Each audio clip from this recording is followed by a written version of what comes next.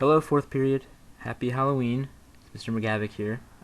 Sorry I couldn't be in class today, but I got a letter saying that I have to show up at the courthouse downtown for jury selection, meaning they might ask me to serve on a jury for a trial. And if you don't go to that when they request you to go, you can get in legal trouble. So I have to go, although I would rather be in class with you all, but hopefully I'll see you on Wednesday. Yeah, hope you're having a good Halloween. Get your notebooks out, just like Michelle Obama here. Get ready for a little quick write today. Alright, here's what I want you to think about.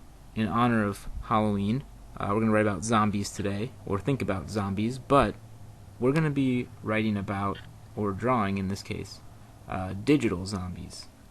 So I want you to write or draw what you think of when you hear the phrase digital zombies. There's no right or wrong answer, just try it out. Spend about 2 minutes at your table just drawing or writing whatever you think that is.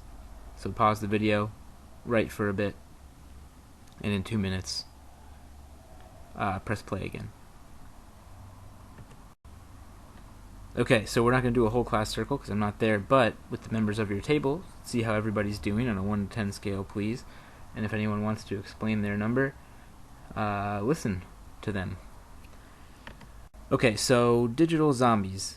This is what I had in mind with the phrase digital zombies.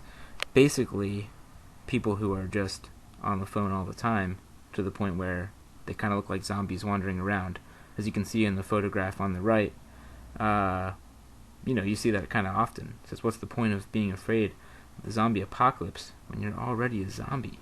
Because you're wandering aimlessly around looking at your phone. So, at your table, discuss these questions. Do you know anyone who is a digital zombie? Maybe it's a friend, a family member, or maybe it's even yourself. And have you ever been offended by one? For example, just yesterday I was walking down the sidewalk and this person coming the opposite way barely missed me, almost ran right into me just because he had his head down texting and had his headphones in. So that was kind of offensive. Like, at least look around. Come on. So talk to your group members for a sec. Do they know any digital zombies?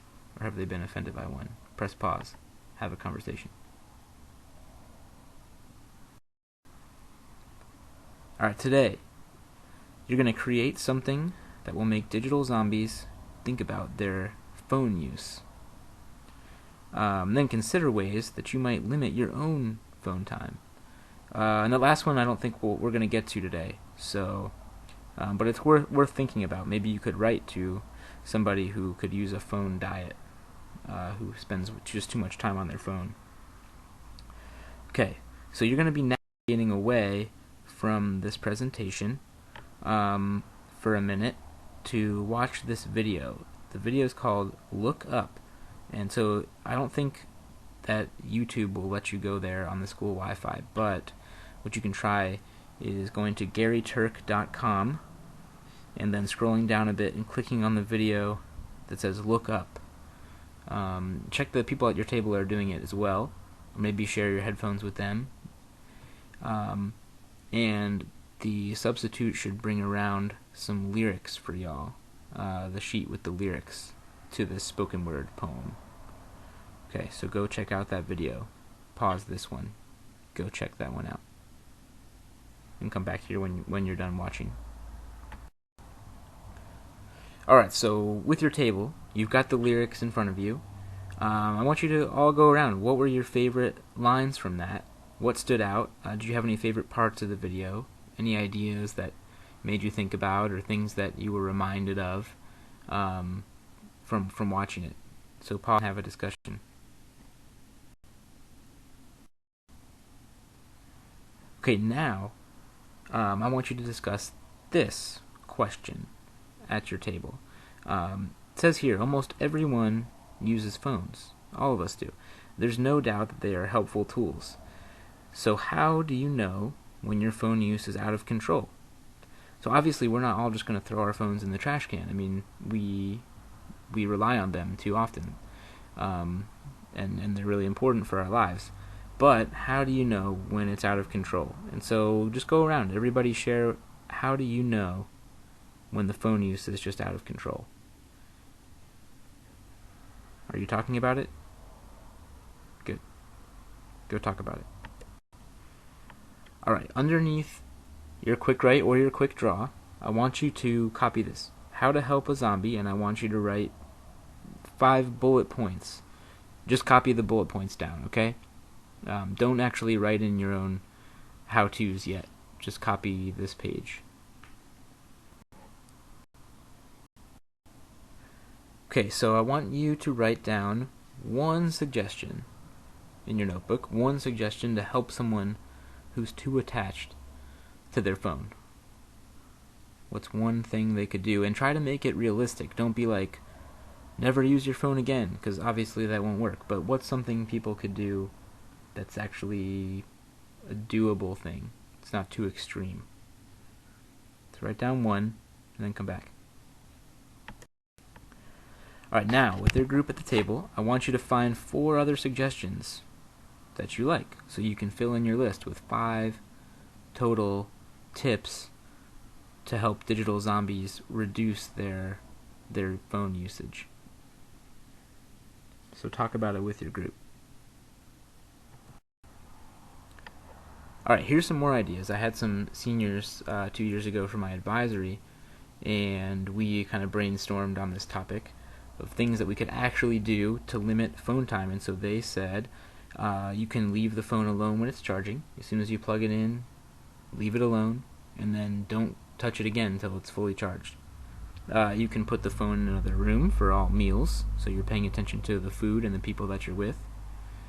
You can set a timer to keep track of how much time you're on the phone, just so you're aware of how much phone use you have.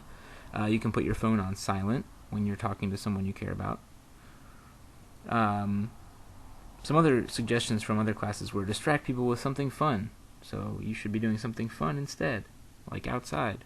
Turning off notifications so that you decide when you get to see the stuff. The phone doesn't keep bugging you about it. Or when you head for bed, put it on airplane mode so that you don't get disturbed by it at night. Alright, under your suggestions in your notebook, I want you to make a little plan for kind of 3 different areas of your life. So when you're at school in class, what's your plan for not letting your phone distract you?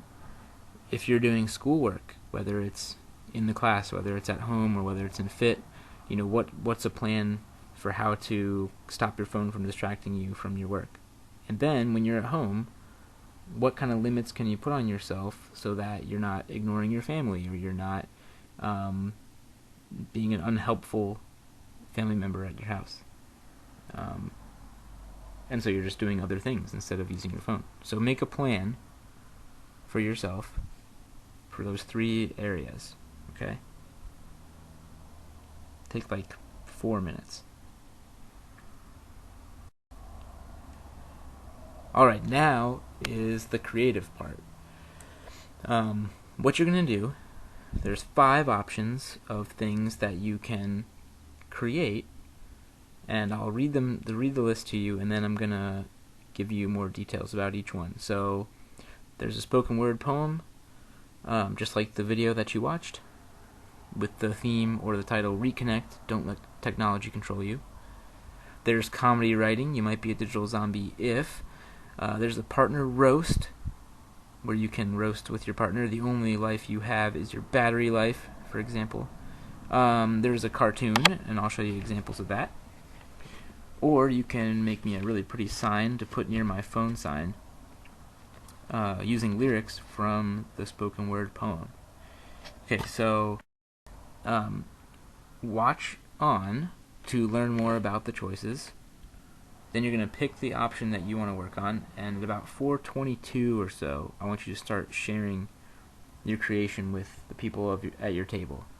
So, again, keep watching to see the different options, and then work on it for a while, and then at 4:22, finish up with your work and share what you have.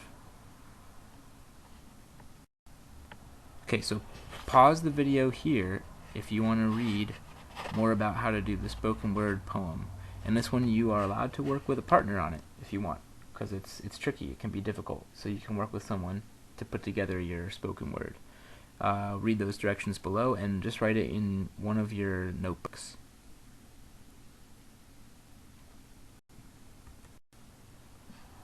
Option 2, you can pause the video here to see more about comedy writing,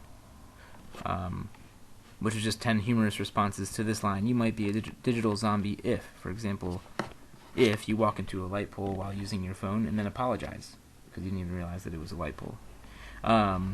If your idea of home is a button on your screen, there's all kinds of options for that. So that would also be in your notebook, and this you can do with a partner as well. Just write both your names in your notebook. Option 3, the partner roast, of course, would be with a partner. So you're going to make a little comedy battle, and you would call each other out for being digital zombies. For example, the only life you have is your battery life. And the other person says, oh yeah, well the only girl you're ever going to get is Siri. So you come up with at least 10 lines so that each person says 5. And you kind of go back and forth like that. See how creative you can get. And this would also be in your notebook. Option 4, the cartoon. You can pause here to see these examples to just look at them more in depth. But basically, it's a little cartoon to just make people think about the idea of digital zombies and just consider their own phone use. So you can create a little draft in your notebook, and then from the sub you can get a half sheet of blank paper to make your actual cartoon on there. But check out the examples below. They're pretty funny or interesting. The one in the middle is kind of scary, but I think the one on the left is very funny. The one on the right is pretty funny too. How we've gone from taking photos of like our family and what's going on to just taking pictures of ourselves because we're all alone with our phones. So you can pause here and see these examples if you want. The last one is the simplest probably, but I want it to look awesome if you do this one. Basically, if you have some lyrics from that spoken word poem that stood out to you that you thought were great, you can turn them into a sign for my wall. And if you do this one, again, make it attractive, make it colorful, put in some symbols, some pictures with it if you want, and make it big enough on the half sheet that someone could see it from far away. Okay, so if you do one of the artistic options, make sure you hand it in to the substitute. If you do a written one, just write it in your notebook, because I'm going to check notebooks later in the week. Alright, so that's all. You should get to work, and at 4:22, check back in with your group.